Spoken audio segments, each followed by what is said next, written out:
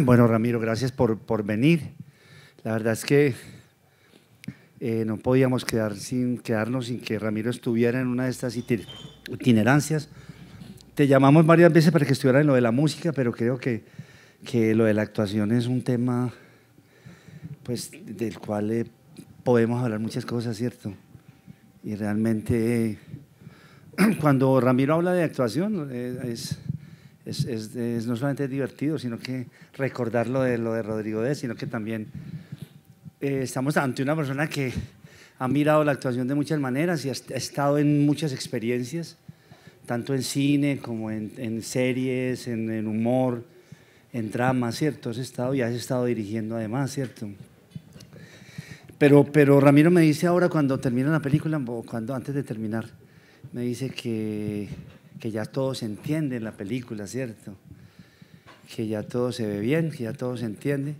Entonces yo le dije a él que en estas itinerancias me encontraba a veces con preguntas y personas que decían que era mejor antes, que no se entendía, que cómo así, que la película la gente la había llegado a querer así en su borrón y en su ruido, ¿cierto? Que esa es una rebeldía aparte de la película, era eso de no verla bien ni entenderla bien, pero la verdad es que me dice Ramiro, pero lo que pasa, hermano, es que como que uno entiende todo, ve todo y algo duele ahí, ¿cierto? Como que enfrentarse, como que los recuerdos tal vez, o sea, duelen los recuerdos de encontrarse. Duelen los textos, duele porque uno ya entiende el origen de los textos, entiende cosas que solamente nosotros vivimos, que tú y yo sabemos qué hay detrás de la película y detrás de cada frase.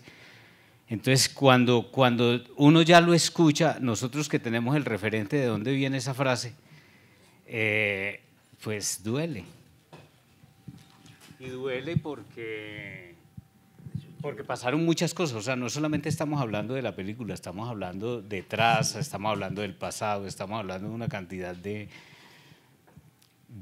información que solamente quedó en la película, ¿cierto? Entonces, yo, por ejemplo, escuché bobadas como de todo el tema de la gnosis, ¿cierto? Que pues, yo siempre le escuchaba a algunos hablar de la gnosis, que era muy extraño porque cómo relaciona uno la gnosis con cualquiera de nosotros, ¿cierto? No hay como por dónde pegar esa mierda, es muy, muy extraño.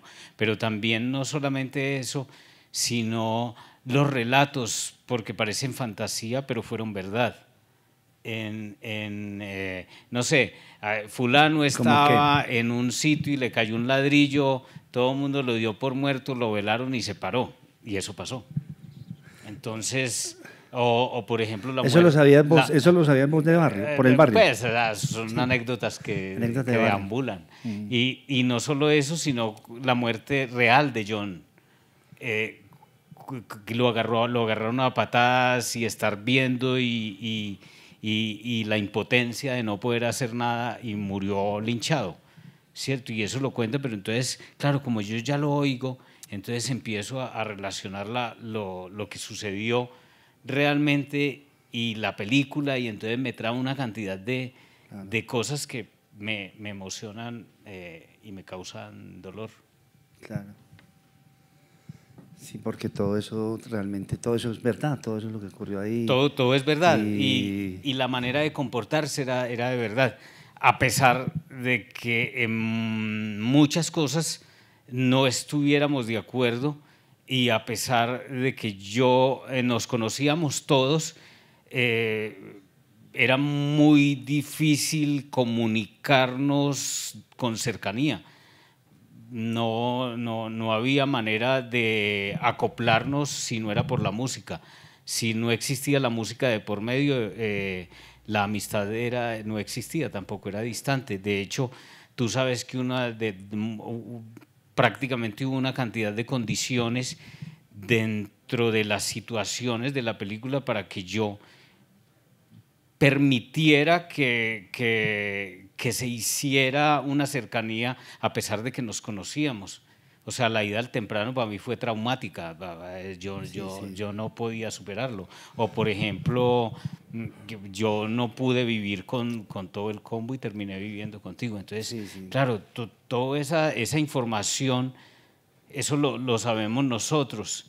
Y ya cuando yo lo veo y veo las anécdotas, cuando me invitan al temprano, entonces ahora yo ya escucho y reconozco cosas del pasado y me causa emociones. O sea, en el temprano realmente, en la vida real, nunca te hubieras ido con estos muchachos al temprano, nunca. No, jamás. Nunca. Pero yo estaba inspirado. Es que Ramiro siempre me dice lo mismo, ¿cierto? Que yo junto los personajes y la verdad es que Ramiro, cuando hacemos los primeros ensayos, estábamos con Ramón Correa, que era amigo tuyo, ¿cierto? Sino que el hombre era un man que delinquía, ¿cierto? Robaba y demás. Y nuestra relación tenía solamente, llegaba hasta lo musical. Después de lo musical no podía haber una relación y no podía haber nada por una cuestión ética. Pues, o por lo que uno creía que era la ética, y eso no me dejaba. Yo tenía un bloqueo en ese sentido y podíamos llegar hasta todo lo demás, pero no podíamos cruzar ciertos linderos. De hecho, con Ramón, Víctor, los primeros ensayos me hace hacer pues me pide, no me hace hacer, sí, ahí me está pide ese ensayo que hagamos una escena y me decía, ¿y tú qué harías ahí? ¿Qué harías? ¿Le ayudarías? ¿Le esculcarías los bolsillos? Y yo le decía, no hago nada.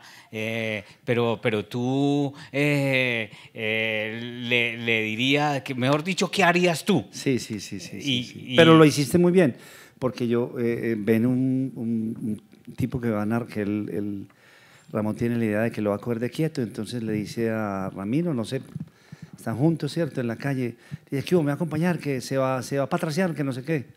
Entonces vos le decís, no, vaya, hermano.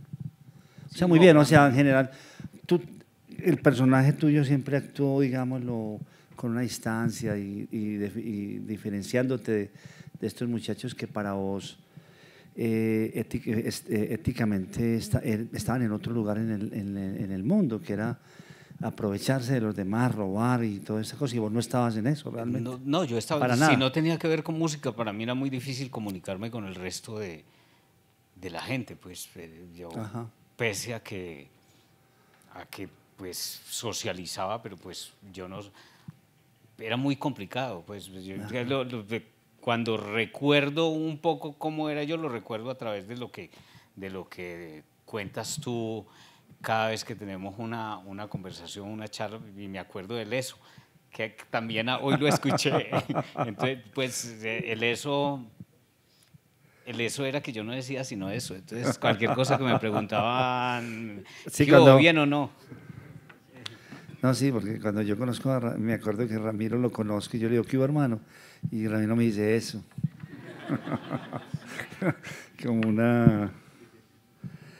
como un indeterminado ahí extraño, ¿no? Sí. Pero servía para todo, entonces es muy extraño oírlo hoy de nuevo, pero de verdad, pues parece actuado, pero era de verdad. Y no sé, muy raro.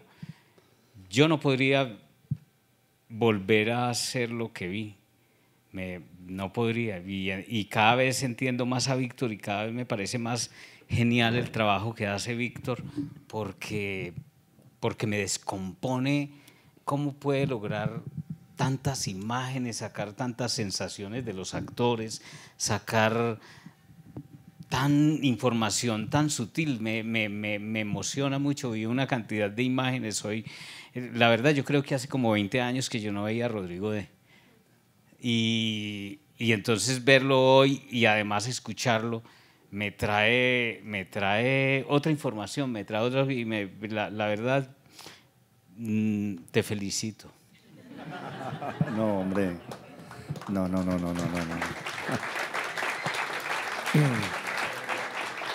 Es que no es fácil, de verdad, el trabajo. O sea, uno puede decir, es que vea, yo sé que estoy un poquito emocionado, pero es que cuando yo veo el trabajo de Víctor, yo me doy cuenta que nadie lo puede hacer sino Víctor, y es una escuela, entonces ya no lo pueden reproducir. Se ha intentado reproducir muchísimas veces, lograr el naturalismo, porque logra Víctor, a pesar de que la gente dice que actúa con actores naturales. Yo creo que ya nosotros no éramos actores naturales, porque es que nosotros duramos ensayando con Víctor 1 año, y esas son cosas que nadie sabe. O sea, eso fue como 1 año. De hecho, a mí mi mamá me tenía cacorro con el cuento de que yo acababa de salir del trabajo, y me decía, bueno, ¿usted cuándo va a trabajar? Yo, no, es que voy a trabajar en una película. Entonces ella me jodí hasta que yo ya me cansé y llamé a Víctor y le dije, hermano, me tienen que pagar algo. sí, muy bonito, vamos a trabajar en una película, pero huevo, mi mamá me está diciendo, y entonces, ¿qué? Y yo le dije, adelante mi alguito. Y creo que Víctor me dio como 200.000 pesos, y esos 200.000 pesos callaron un poco a mi mamá, porque 200.000 pesos era importante en esa época. Y entonces ahí ya se tranquilizó todo, y yo ya confié que sí iban a hacer una película, porque yo también pensaba que me estaban mamando gallo. Y era muy difícil, porque yo veía las cámaras y veía todo, pero porque nos metían en un sitio a ensayar. O sea, yo la verdad es que yo no iba a ser Rodrigo D. Sí. Víctor ya tenía protagonista, mis amigos eran los que iban a ensayar, yo acompañaba a Ramón a que ensayara, y yo veía que lo metían por allá en una pieza, y yo me quedaba como en una sala con un balcón, y ahí me fumaba un bareto y esperaba. Pero la búsqueda de Rodrigo en algún momento se dirigió hacia vos, no sé por qué, estabas con Ramón todo el tiempo y escuchabas un poco qué personaje estábamos buscando, y yo creo que empezaste a actuar ese personaje. Sí, porque Ramiro, yo creo que él escuchó, necesitan un tipo como aburrido, como un man como rebelde, como un hijo con un man que todo el tiempo está con un tedio tremendo, y cualquier cosa brinca para criticar y tal cosa, y Ramiro empezó a actuar ese personaje. Lo que pasa es que empezó a actuarlo, entonces yo ya lo miré y yo dije, este es el personaje, hermano. No, yo creo que la primera aproximación, de tanto estar yo en el balcón, pues yo de ahí salía a ensayar con la banda, que no era una banda, yo creo que era la única banda de punk de 2 integrantes. Y tocábamos Omar y yo llevaba siempre las letras y las baquetas, y las llevaba en una mochilita. Y un día Juan Guillermo me preguntó que qué tenía ahí. Entonces yo que eran esos palitos. Yo le dije que una baqueta. Pues yo creo que él sabía que era una baqueta, pues, pero me preguntó. Claro. ¿Sí o no? Sí. Y cuando entonces me dice, ¿y en el cuaderno qué tenés? Y yo le digo las letras, le mostré las letras, y después que le mostré las letras me dijo, ¿por qué no me invitas a un ensayo? Y fueron y grabaron el ensayo, y a partir de ahí como que había ya una relación con algo, y empezamos realmente como a tener una amistad todos nosotros. A partir de ahí yo conocí un poquito más a Víctor, porque pues a mí todo el mundo me decía que él era muy bacano, pero yo solamente acompañaba a Ramón, y para mí era un man con barba, porque Víctor tenía una barba muy tupida, el pelo medio largo, y para mí era casposo.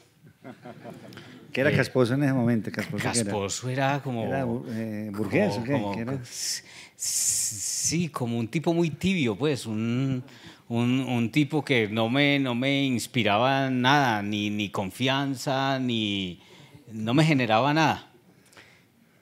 Y a medida que empezamos a conocernos, descubrimos una cantidad de cosas, o por lo menos yo descubrí que leyendo cosas de Víctor, descubrí que la poesía también me gustaba. Y descubrí que hablábamos el mismo lenguaje. Después nos fuimos a Liborina y como Sopetrán, todos esos sitios de paseo, y hablando, y además se sabía las canciones a al mes se sabía todas las canciones de todas las canciones punqueras. Yo no sé si te acordás que fui a tu casa, que habías hecho una pieza sí, en el sótano. debajo de tu casa, sí, en un sótano. Sí, en los cimientos de la casa. Los cimientos de la casa, sí. Hice una habitación, pues, escapando de mi mamá. Increíble. Que uno entraba, digamos, por el lado de la casa. Uno entraba por el lado y entraba de la como casa, pues, como un corredor a través del como monte. un solar, ¿cierto? Ajá. Una especie de solar o de manga. Y entonces ahí entraba uno por una parte, una puertecita, y se veía Medellín todo al fondo porque quedaba como, claro, y yo podía, como en una cañada. Quedaba con un bajón y entonces se veían Matas y Medellín. Y Medellín. Y el río y se oía cuando mi mamá venía. Y entonces ahí tenías toda la colección. Ramiro tenía toda la colección de los cassettes y todas las vainas. Y entonces me empezaste a dar clases de punk. Pero fue también parte del interés de Víctor, porque pues eso son cosas que no se le muestran a todo el mundo, porque es la recopilación de lo que uno cree que es la vida en ese momento. Entonces yo tenía mucha información en cassettes, en la cabeza y en lo que llevaba de qué sé yo, de historia musical. Y cuando uno ya ve que una persona pone interés, y yo sentía muy honesto el acercamiento de Víctor, y Víctor se sabía las canciones y se sabía las bandas, y empezamos a reunirnos como una vez, como los sábados a partir de la 1 de la tarde, con una grabadora y muchos cassettes, y yo le ponía canciones que me parecían importantes, y yo creo que no entendíamos ni vos ni yo qué decían, pero sonaba y sonaba, y yo le contaba historias de la banda que todas yo estoy seguro que eran mentiras, porque pues en ese entonces tampoco había tanta información, uno confiaba en los periódicos, no había internet. Entonces si salían cosas de rock o de punk o de metal, salían pedacitos muy pequeños, casi que frases, y uno se pegaba de ahí como si eso fuera una gran verdad, y reproducía esa huevonada, y yo se la contaba a Víctor, y Víctor se creía todas mentiras. Sí, y se abrió todo ese campo del punk me imagino que vos nos llevaste a los conciertos, a las casas de ensayo, ¿cierto? Pues empezamos a conocer, digamos, a todas esas bandas, toda Pene, Pestes. Sí, se abrió ese panorama. Cierto, sí. Y yo creo que el único registro también en video que hay solo del exterior, yo no sé cómo llamar eso, pero fue un concierto en el que terminamos 3 días en la cárcel, porque fue allí en la iglesia de Buenos Aires arriba, estaban construyendo una nueva iglesia, y nosotros dimos un concierto ahí como con 5 bandas, y el cura se sintió, bueno, era fuerte. Afuera sonaron papas explosivas, y llegó la policía y dio bala y nos capturaron, y fuimos la única banda que tocó ese día. Y pues el único registro que hay en video lo hizo Tiempos Modernos. Ajá. Y a nosotros nos montaron también a la jaula, nosotros, ¿Sí? Y nos soltaron al último momento. No sé por qué dijimos que éramos cineastas o que hacíamos televisión para Teleantioquia, no sé. Y nos bajaron. Pero íbamos todos para la cárcel. No, eso fue extraño, pero fue una buena aventura, porque cuando uno va en grupo es más fácil. Entonces, pues Ramiro, pero vos nunca habías pensado actuar, nunca realmente. Sí, yo creo que cuando era niño, yo no vivía en Medellín, yo vivía en Montería, entonces de alguna forma tuve como ciertas cosas con mi papá. Entonces mi papá tenía proyectores y le gustaba el cine, y todos los días íbamos a cine, y mi papá arreglaba los proyectores de un cierto sector de Sucre, y yo me la pasaba con él arreglando los proyectores y mirando pues con los telescopios estos, uno veía los fotogramas y metía hormigas y cosas pequeñas para ver, y pues había como una conexión. Lo que pasa es que en ese entonces el sueño de actuar tenía que ser en una película, y eso era inalcanzable. Y ya después, sí, la televisión, pero la televisión no ofrecía muchos dramatizados tampoco. Creo que el dramatizado era Animalandia, que era una vaina con Pacheco. Y ahí habían payasos, entonces ser payaso era una buena opción. Pero, pero yo pensaba que podía actuar, pero realmente lo único que me ha movido a mí en la vida es la música. O sea, podría borrar todo lo demás no me interesa, pero la música sí. Ahora, actuar, digamos que yo encuentro, cuando yo llego a Rodrigo yo hago ciertos análisis, listo. A mí me presentaron el protagonista, yo recuerdo que él pasaba así, me dijo, este es el protagonista de Rodrigo, era un tipo alto, Ajá, sí. como medio chupado, calvo. Creo que hacía teatro. Era alguien muy provisional, que nosotros no creíamos en él, nosotros estábamos esperando los otros actores. No, la verdad. Sí. La verdad, sino que ustedes se impresionaron y me imagino que les dijeron que es, pero no. No, yo lo vi y yo pensé, yo dije, ese no es el protagonista en mi cabeza. Y de ahí en adelante yo no sé por qué yo pensé que el protagonista era yo. Y me acuerdo en una ocasión con Rosa Colorado. ¿Te acuerdas de Rosa? Sí, Rosa. Rosa La fue que lo la llevó que a nos ustedes llevó allá. a todos nosotros. Sí, Rosa qué era cosa, una amiga sí, qué bien. muy inquieta que siempre estaba como en el ámbito revolucionario y que siempre estaba como en la búsqueda de la poesía y de las artes y le gustaba la música indoamericana y todo era un poco hippie, una hippie punk, algo así. Y Rosa siempre muy inquieta, un día se apareció diciendo que estaban buscando gente como de colegio porque iban a hacer una vaina para Teleantioquia y fue la que llevó un combo. Yo esa vez no fui, yo fui después a ver si lo que habían contado era verdad. Y pues es que había cierta confianza en lo que yo pensara, pues porque el que tenía información de las bandas internacionales y que sabía un poco más de rock que los demás, pues tenía cierta jerarquía y yo pertenecía a esos. Entonces tenía la confianza de la manada y claro, cuando yo conocí a Víctor, pues yo creo que no pegamos, ¿sí o no? No, nosotros no pegamos, Víctor y yo no pegamos de una, fue después de mucho tiempo y de muchos encuentros cuando yo también empecé como a soltarme. Y empezaste a improvisar y a improvisar. Y empecé. Con un talento tremendo, improvisar muy fácil, porque vos improvisabas muy fácil. Yo, la verdad, cosa. pues no sé. pero era muy difícil porque, digo, era muy fácil porque Víctor en la puesta en escena te pregunta cosas, bueno, y de niño vos, tu mamá te mandaba a comprar algo y vos que salías de una y seguramente va uno contando y va soltando y ya después en el ensayo Víctor empieza uno a moverle la cabeza, a moverle a uno la cabeza y uno termina dando lo que Víctor quiere. Y yo tengo una anécdota ya con el tiempo porque yo me acostumbré a eso. Entonces yo en Rodrigo no duré mucho, yo duré como un mes, ¿cierto? ¿Actuando? Sí, actuando como un mes, sí. Y al mes cuando me dijeron, listo ya, tú acabaste hoy, y yo quedé como desprotegido, como por fuera de la matriz, y yo decía, yo no puedo, ¿cómo hago yo para no volver todos los días a grabar?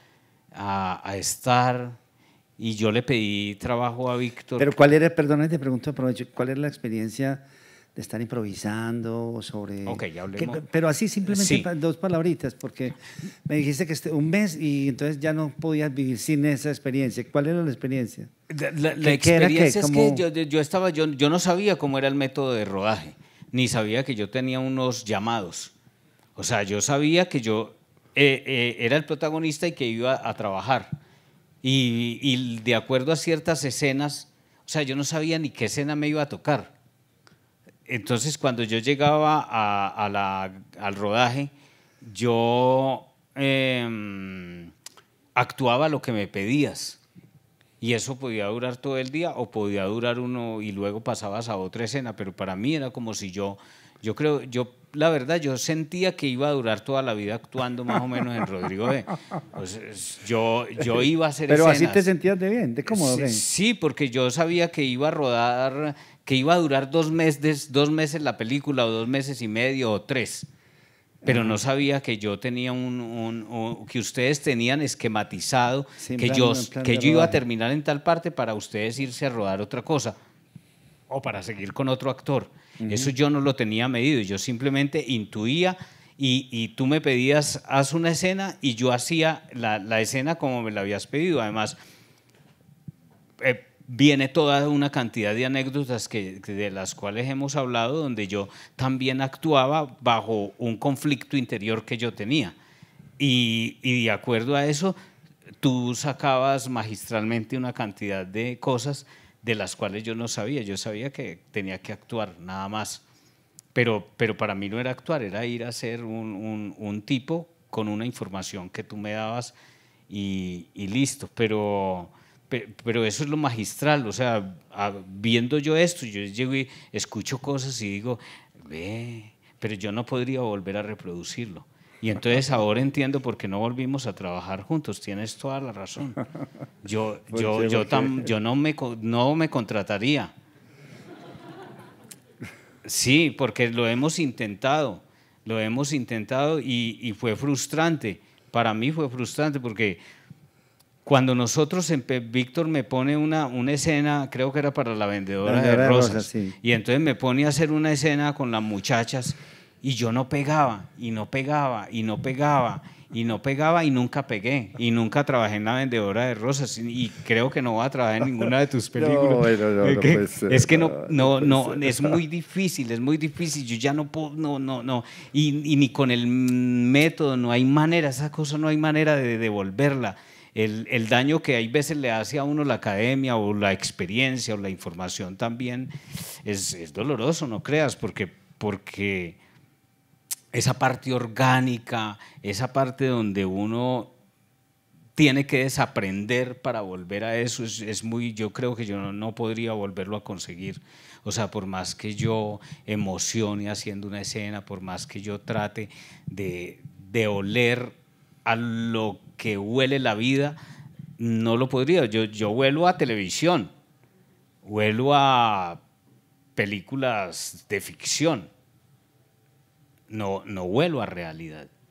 Y eso es, digamos que una cosa muy impotente para alguien que ha trabajado en actuación. Sí, la actuación, muy interesante, muy bonito, el método, el que tú desarrolles, el que te enseñaron, pero uno pierde una cantidad de cosas que tienen que ver con la vida, con la motivación. Con la vida, sí.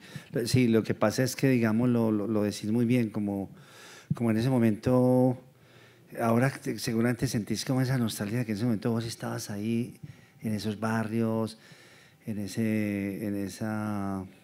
días, en esa realidad que decís, o sea, estabas ahí, hacías parte de ahí, no era, actuar era lo mismo que estar ahí, respirar, era una vaina, Claro. todos pertenecían a ese mundo y actuar no se diferenciaba mucho de ser ahí, de estar ahí. Y Rodrigo no se sí, diferenciaba mucho de mí, o sea, yo era exacto. un tipo que tenía una banda de punk y tocábamos y eso Claro, es el personaje. claro. Y en lo único que se diferenciaba era en que de pronto él se quería matar de una manera y a mí me parecía un perdedor, un tipo, yo no me iba a matar por eso, pues si me iba a matar, pues por lo menos que me mataran, pero haciendo algo importante, robándome un banco, cierto, para que valiera la pena la muerte.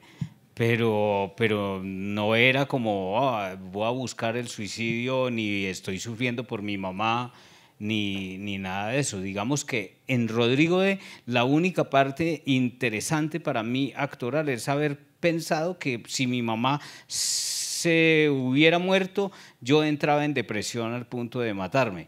Pero es lo único actoral que hay. De resto, lo otro es sencillo. Yo lo único que quería era tocar y tener una batería. Y de hecho, yo siempre que quise tener una batería, porque la batería que tenía era una mierda. Era una batería que era la forma de la batería con unos platillos. Además, la batería no era ni mía. La batería tenía unos platos de olla, unas tapas de olla de platos, sí. Y tenía todo era hecho, todo sonaba, pero con rabia.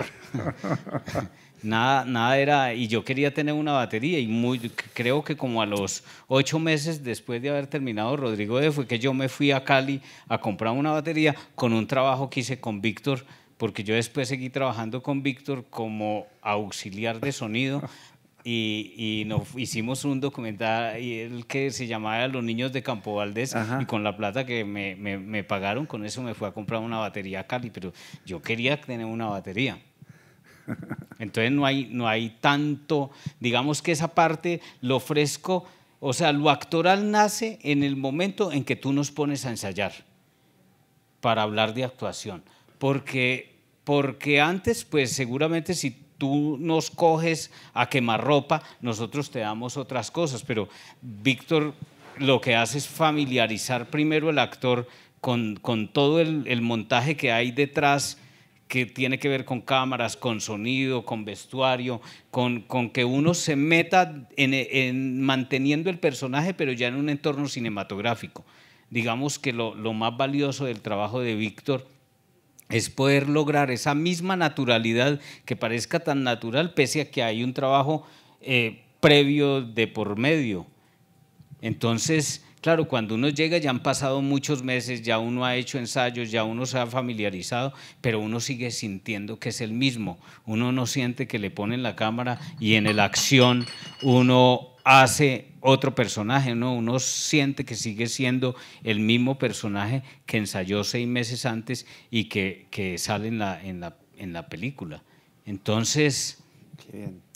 Que ese ensayo, eso de ensayar es prepararse para el personaje, es construir el personaje. Claro, lo complicado es ensayar de alguna manera. Pero lo complicado es que uno no sienta eso, que eso es lo que tú logras. Eso es lo que o sea, que uno no sienta eso, porque yo puedo durar 2 meses ensayando, qué sé yo, para una obra de teatro, verdad, sí. Y entonces el actor aprende a moverse aquí, sabe que dependiendo del teatro actúa, sabe que si se pone el vestuario. Por ejemplo, en estos días estaba con una actriz y ella decía algo, no, es que yo no me siento, no, ese por ahí no es el personaje. Y de repente llegó el día de la prueba de vestuario, se le probó el vestuario y decía, ahora sí, este sí es el personaje, este sí, claro, mira. Y yo la veía igual, pero ella sentía que efectivamente ahora sí tenía el personaje. Y no solamente eso, otro actor veterano, grande, empezamos a hacer un montaje de una obra de teatro y el actor llega en un momento, no se sabe la letra, entonces tiene mucha letra, no se sabe la letra y siempre todos los demás se saben la letra, pero él no se sabe la letra y llega un momento en el cual sin saberse la letra, entonces yo ya a las 2 semanas, eso ya es un costo de producción y yo llego y le digo, mira, es importante que te sepas la letra, no podemos seguir ensayando sin la letra. Y me dice, pues se hace lo que se puede. Total, empezamos a tener discusiones si salimos de ese actor y conseguimos a otro y bla, bla, bla, bla, bla. Y yo no sé por qué. Por fortuna, yo llego y digo, no, este es un tipo que lleva mucho tiempo, este tipo tiene que saber para dónde va. Vamos a darle una espera. Y como al mes y medio de estar ensayando, de repente este hombre empieza, él dice, no, es que yo la letra me la aprendo es en escena. Yo no me la aprendo en la casa, no, yo me la aprendo es en la escena. Y entonces llega un momento en el cual hacemos un ensayo y el tipo empieza así, ta, ta, ta, ta, ta, ta, ta, y arma toda la obra en un segundo y todos quedamos del que no creíamos. Entonces cada método y cada cosa que tiene que ver con actuación, o sea, los actores son muy complicados, el mundo actoral es muy complicado porque cualquier cosa que te diga alguien como director, inmediatamente uno lo asume. O sea, a uno le dicen, bueno, entonces tú entras por esa puerta, vienes deprimido. Y cada quien asume cómo llega a esa depresión. Pero si también te dicen, tú vienes, entras por esa puerta y vienes, tu depresión es azul. Y el actor te hace eso. Pero cuando alguien no sabe de actuación, no tiene ni idea y le dicen, es que cuando yo veo La mujer del animal y veo todo este proceso, yo digo, qué actriz tan hijueputa. O sea, a mí me da, o sea, yo quisiera poder tener el método de ella. Yo quisiera al momento en el que vos me decís, Ramiro, entonces te acaban de golpear y te tienes que arreglar la camita y acostarte ahí y llorar y estás muy solo en esa casita de 1 metro por 1 metro y ahí no sé qué indicaciones le diste, pero lo que sea que haya sido, lograste una cosa maravillosa, conmovedora a nivel actoral.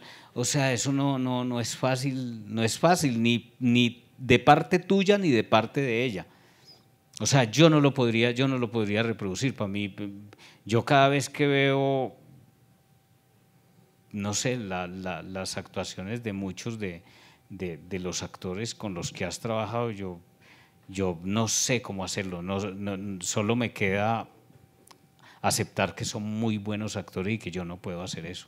O sea, yo tengo quizá otras virtudes, otros problemas, otras cosas, pero yo no tengo cómo, esas herramientas no las enseña la academia.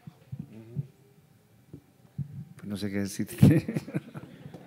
No, yo creo que es por lo que vos decís que están en esa matriz que es la realidad, en donde están conectados con lo que son y tienen esos motores de las situaciones, ¿cierto? Yo nunca hablo con Ramiro, vos viste que nunca hablábamos de actuación, nunca hemos hablado de actuación, sino ya posteriormente y que además pues has tenido, digámoslo, también una evolución y te he visto actuando personajes larguísimos y complejísimos en teatro, donde tienes que aprenderte de memoria una cantidad de cosas que un actor natural nunca podría.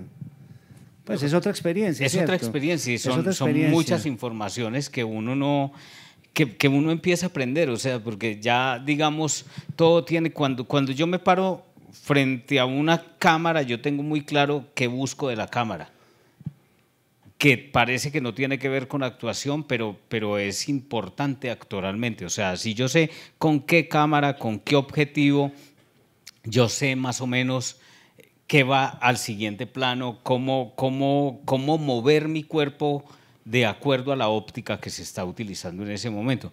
Como cuando yo estoy en un teatro en Cali o en un teatro en Barranquilla o en un teatro en Bogotá o en un teatro en Medellín. Aquí, por ejemplo, hay varios ejemplos, pues no es lo mismo el Teatro Metropolitano que ir al Pablo Tomón y hay otro, o al Teatrico, pues cuando... Cierto, son teatros muy distintos a nivel acústico y cuando uno se para frente a ese escenario empieza a hacer una cantidad de cómputos.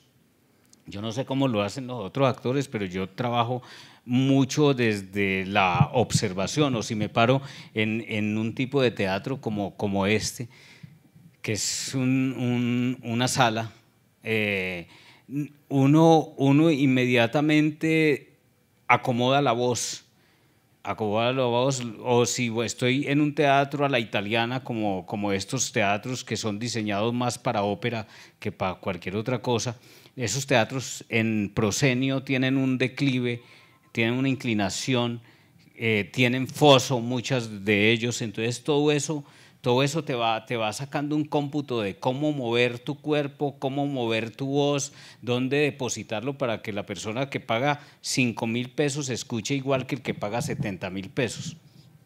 Entonces, de acuerdo a eso, uno se mueve, si la boca del escenario es más cerrada o más grande, si cosas tan sencillas como la telonería del teatro. Entonces, si el teatro tiene telones con persiana o si el teatro abre hacia arriba, si abre hacia los lados, si se recogen las cortinas, todo eso más o menos te dice también cómo te aproximas al público, porque no es lo mismo.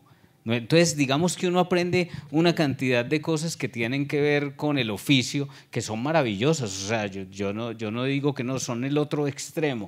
O sea, qué bueno tener toda esa información, pero para tener esa información hay que trabajar muchísimo y sobre todo no tragar entero, porque pues mucha gente piensa que actuar es decir el texto o pararse frente a un escenario a tratar de conmover o de transmitir algo. No es solamente eso, hay una cantidad de historia detrás, hay una cantidad de información que uno tiene que buscar. A uno le toca de verdad hacer el trabajo que son años, días. Hay veces uno se demora entendiendo una idea tan simple como, qué sé yo, a mí me hablaban del espacio mínimo. El espacio mínimo, cuatro baldosas, y esas 4 baldosas tú tienes que hacer el trabajo en esas 4 baldosas.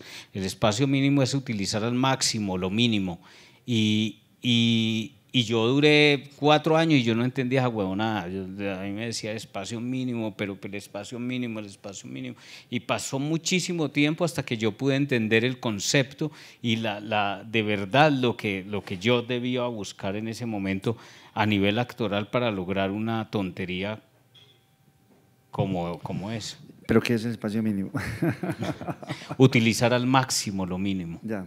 Entonces, tú coges en ese espacio y puedes hacer toda la obra, hacer toda en un tubo, pero depende muchísimo de tu capacidad para poder, con movimientos a nivel gestual, las figuras que armes con el cuerpo, el volumen de la voz, el volumen no solamente a nivel sonoro, sino a nivel de cuerpo de la voz. Es una cantidad de cosas que son indispensables. Los focos, cómo transmiten los focos, cómo a nivel de fotografía y a nivel corporal uno tiene focos. O sea, yo puedo mandar como los magos que te hacen primero la cosa aquí para poder hacer el truco con la otra mano, entonces logran llevar tu atención a un lugar cuando ya el truco está resuelto por otro lado y tu mano se fue hacia el punto A.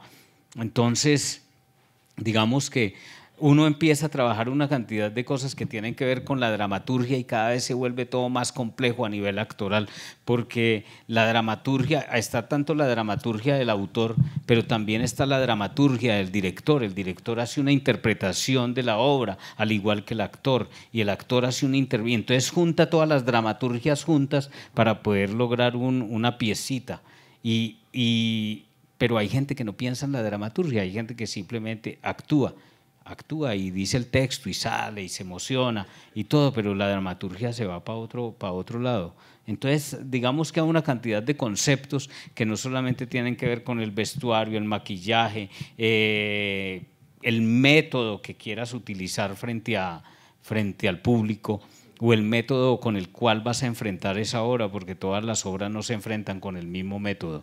Entonces, es un panorama mucho más amplio y más complejo, y hay una cantidad de teatros y de formaciones y de escuelas. No es lo mismo el teatro de Pekín que el teatro de Eugenio Barba, no es lo mismo Stanislavski que Grotowski, pero todo en últimas es lo mismo, y es cuestión de investigar un poco más allá de lo que digan los libros o de lo que digan las teorías o de lo que diga la información que uno tiene. Entonces, digamos que son cosas que son ya personales y que uno es el único que puede evaluarlas y rescatarlas.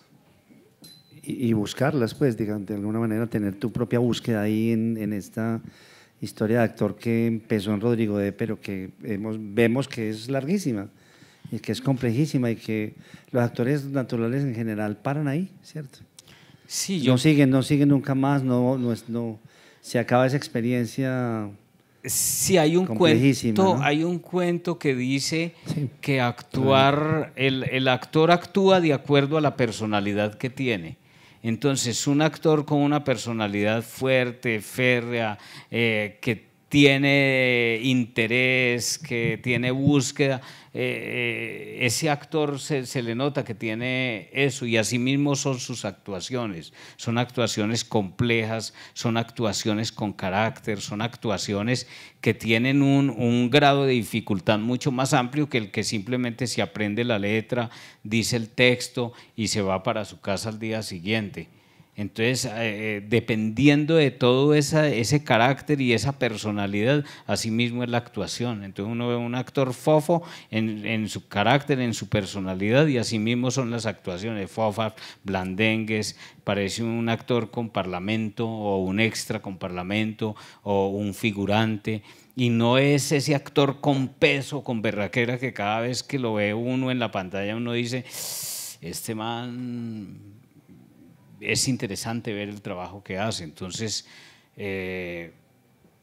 no sé, yo creo que el tema es, en la actuación, depende de tu búsqueda, de qué es lo que tú quieres, de para dónde vas, ¿cierto?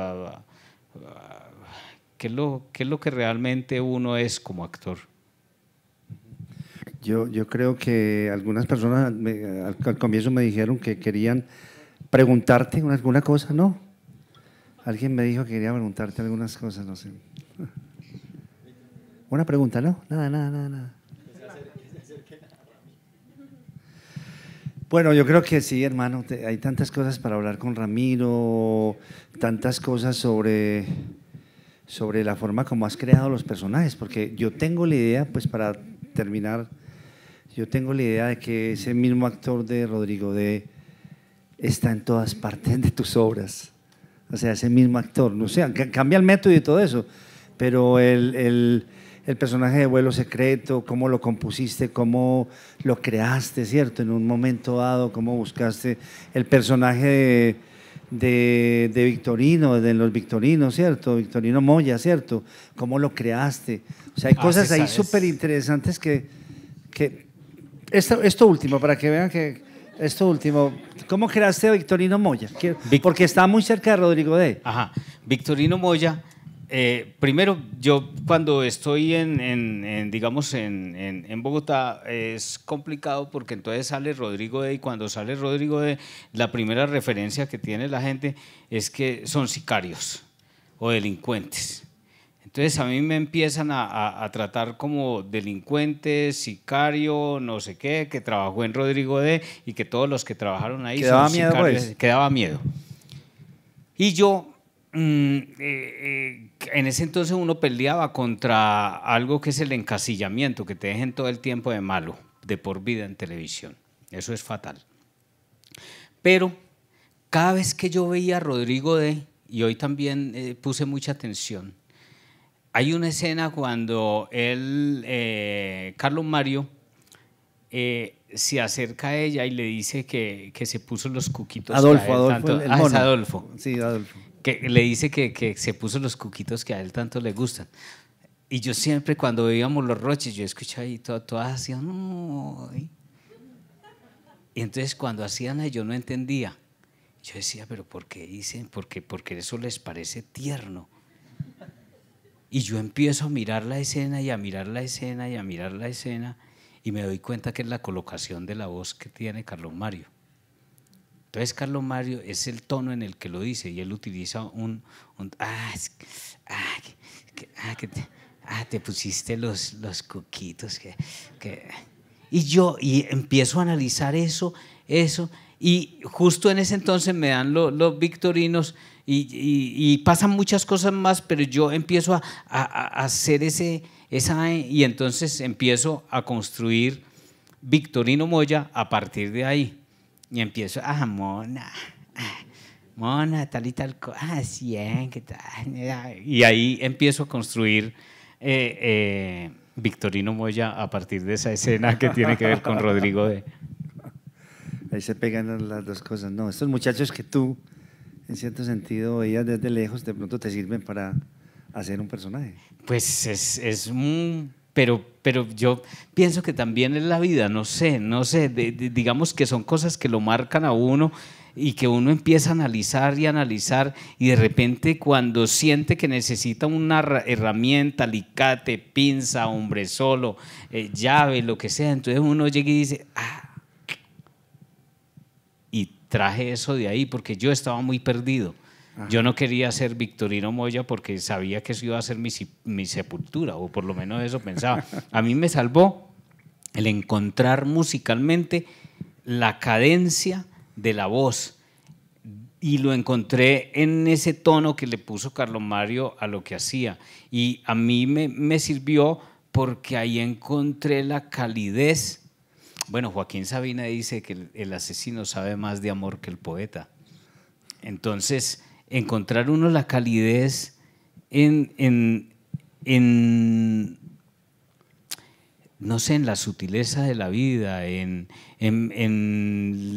la poesía del que no es poeta, pues es muy valioso, es muy, muy interesante, pero me tocó afinar muchísimo el oído para poder lograr a eso, me tocó hacer un análisis, hacer una búsqueda, oírlo muchas veces. Sí, lo oías. Lo oía y no lo entendía, y no lo entendía, y no lo entendía, y después de masticar muchas ocasiones la misma vuelta, me di cuenta que era la musicalidad y la colocación de la voz, y el cómo mordía el labio, y bueno, una cantidad de cosas que parecen una tontería, pero fueron una herramienta muy importante para llegar a Victorino Moya, porque en ese entonces los malos se les llamaba ñeros, y los ñeros hablaban distinto, todos, así eran los malos de aquel entonces, todos, entonces que si no me da 20 pesos le meto 50 puñaladas. Y yo pensaba dentro de mí, si yo hago un ñero de esos, a ver, si yo me encuentro un ñero de esos, me cago en la risa. O sea, me terminan matando porque me cago es de la risa. Pero si yo le doy humanizo el personaje, y si yo le doy un sentido a la palabra y le doy una colocación a la voz, logro tener algo que despertaba a Carlos Mario, que era una inmensa ternura. Una ternura, sí, era un tipo muy, muy tierno. Y eso fue parte del éxito de Victorino Moya, fue la colocación de la voz y la ternura que producía. Y no solamente él, muchísimos personajes de los que yo he hecho tienen esa búsqueda de la ternura de los personajes. Sí, bien. Bueno, muchas gracias por todo. Gracias, muchas gracias. Gracias, muchas gracias.